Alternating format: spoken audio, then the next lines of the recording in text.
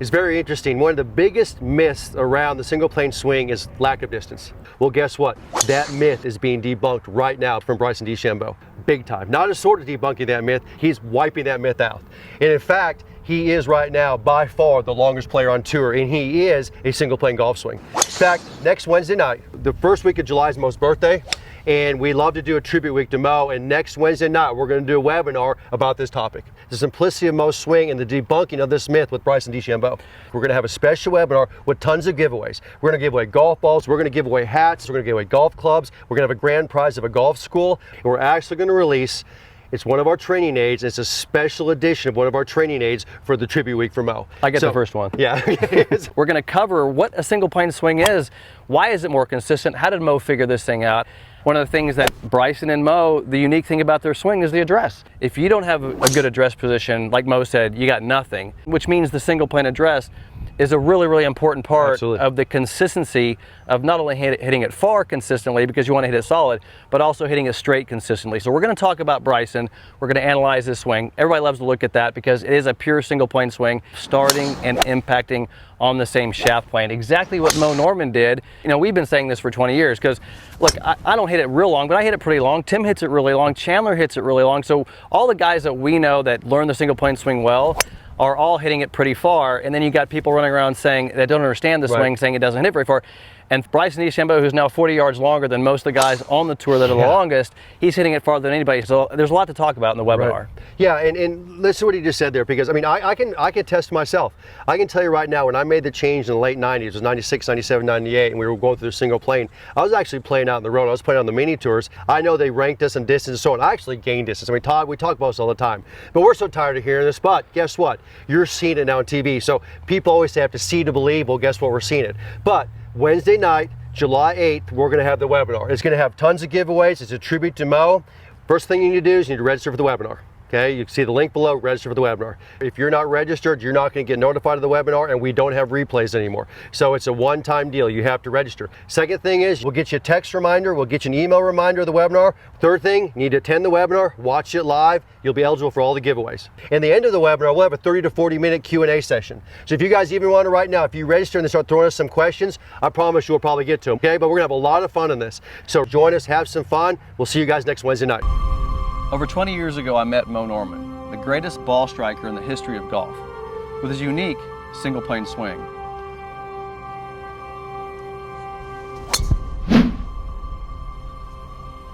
Unbeknownst to Moe, his golf swing was a biomechanical masterpiece. It was simple and technically perfect. Through my research, I have discovered the key elements to his amazingly effective swing mechanics. And since meeting Moe in 1994, I have taught thousands of students to apply his swing technology to their own games. If you're a conventional golfer and looking for an easier way, the single plane swing is perfect for you. If you're an experienced golfer and looking to take your game to the next level, Moe's mechanics can help you simplify your swing and find the consistency you desire.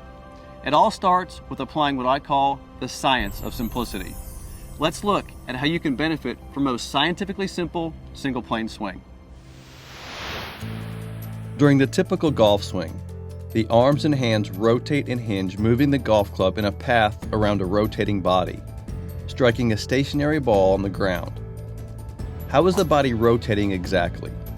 Just how much hand rotation and body rotation is necessary? What parts of the body stabilize and what parts produce speed? The goal of every golfer is to simplify every movement to achieve the most important moment in the golf swing, impact, while generating potential speeds and optimizing distance and consistency. In science, this is called a mechanical advantage. What if we could take the average golfer apart and have science show us a better way to position and move the body to maximize efficiency and speed, and then put them back together, giving him a biomechanical advantage to make it more efficient, more powerful, and more consistent. Power, speed, and consistency are interrelated. They're the result of the proper fundamentals, positioning, and sequencing. To learn more about how we put all of this into perspective, let's go visit Dr. Neal of Golf BioDynamics to help us understand the single plane swing.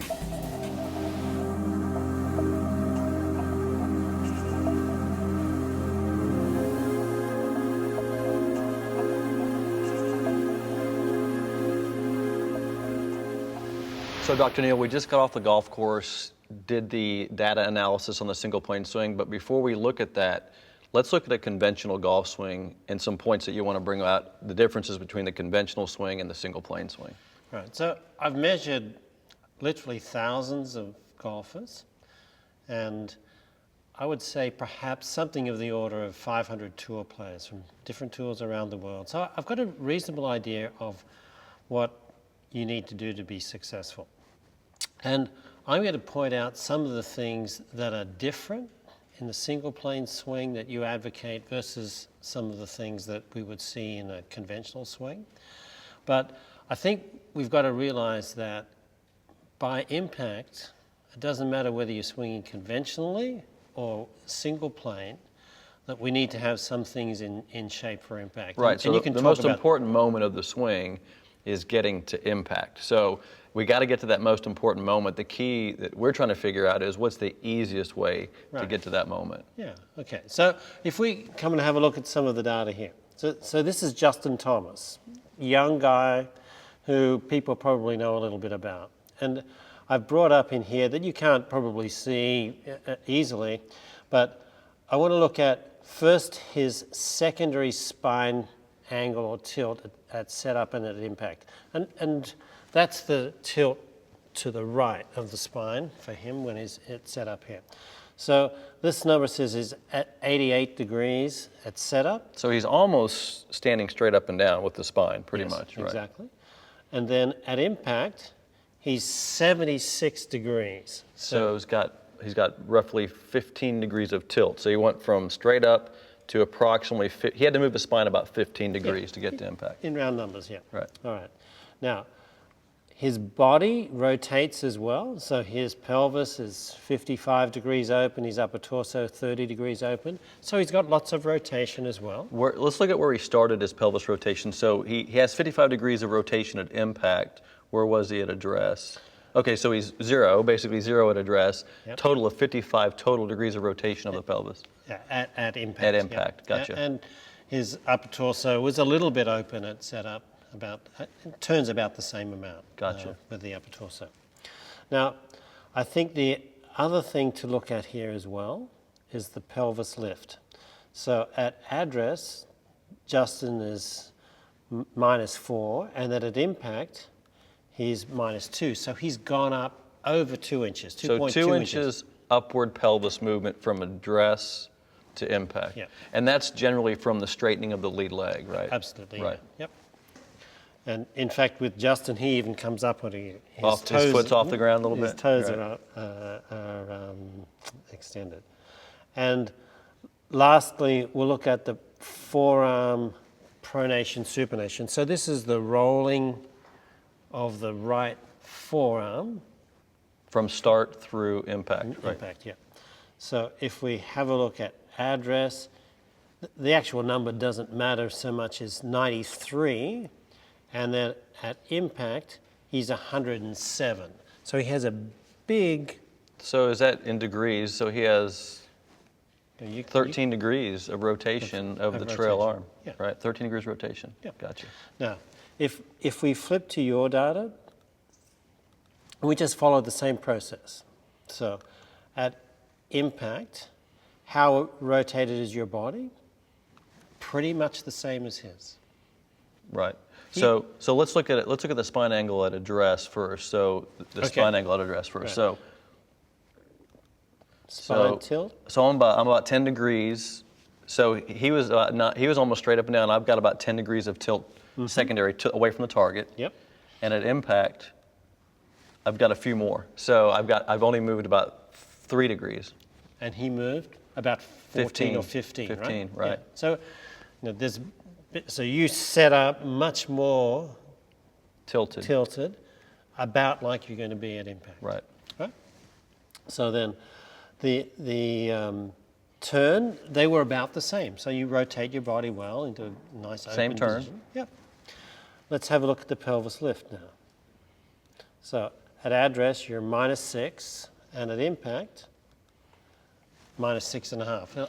So I've gone down a little bit. So where he went up 2 inches, I've gone down an inch of pelvis movement. Yeah. And that's because he straightened his lead knee and I bend my lead knee. Gotcha. Exactly. Yep.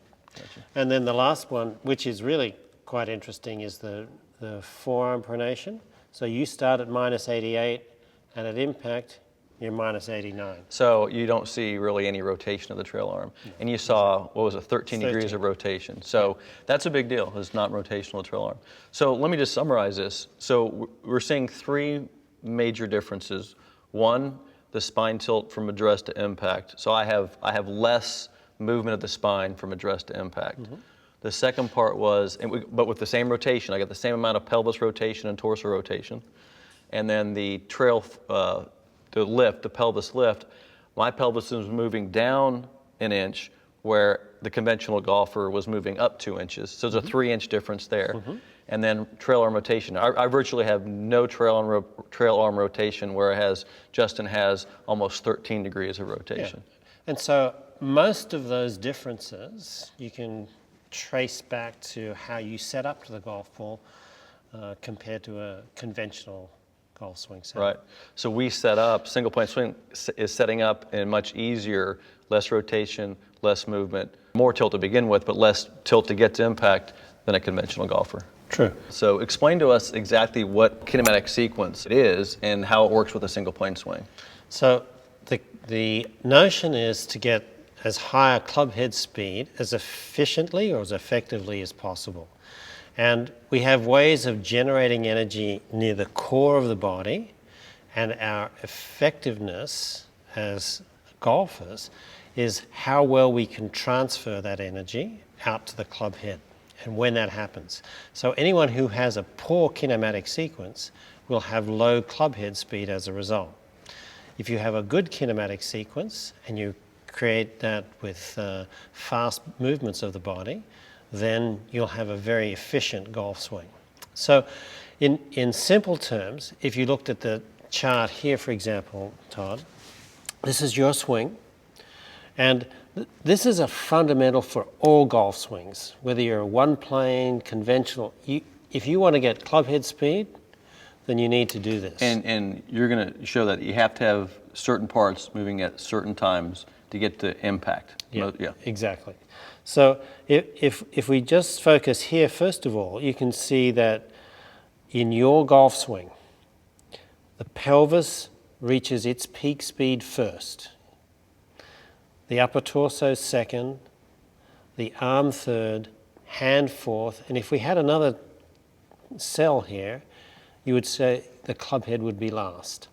And that's what you need to be effective in golf striking. So that's a very short summary of the graphic here that shows the detail. So as I play your animation forward, the green line shows in time what's happening. If you have a look, the animation on the left shows your body positions. And remember, this is speed that's being shown here, not position.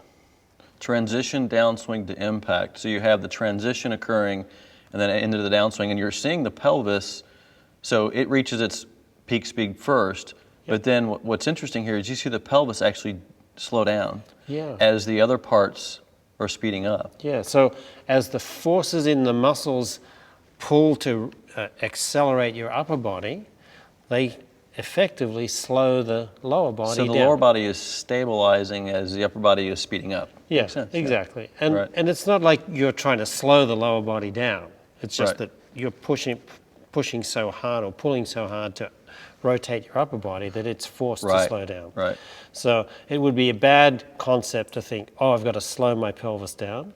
No, you got to feel like you keep accelerating it, but the truth is that it doesn't accelerate. And the other thing you see, I think it's so critical when we're looking at the sequence is, as you see the pelvis slow down and then the upper torso, it's actually the second part of the sequence and the arms, third part of the sequence, but most importantly, it's that club moves its fastest in the last part of the sequence right at impact, and that's it. Yeah. So the whole sequence is important, and I think that's what's important about people understanding why it's so important to move the lower body correctly, because it starts this sequence. And I think, would you agree that when people don't start the lower body correctly, they can't get this sequence? Oh, it's virtually impossible.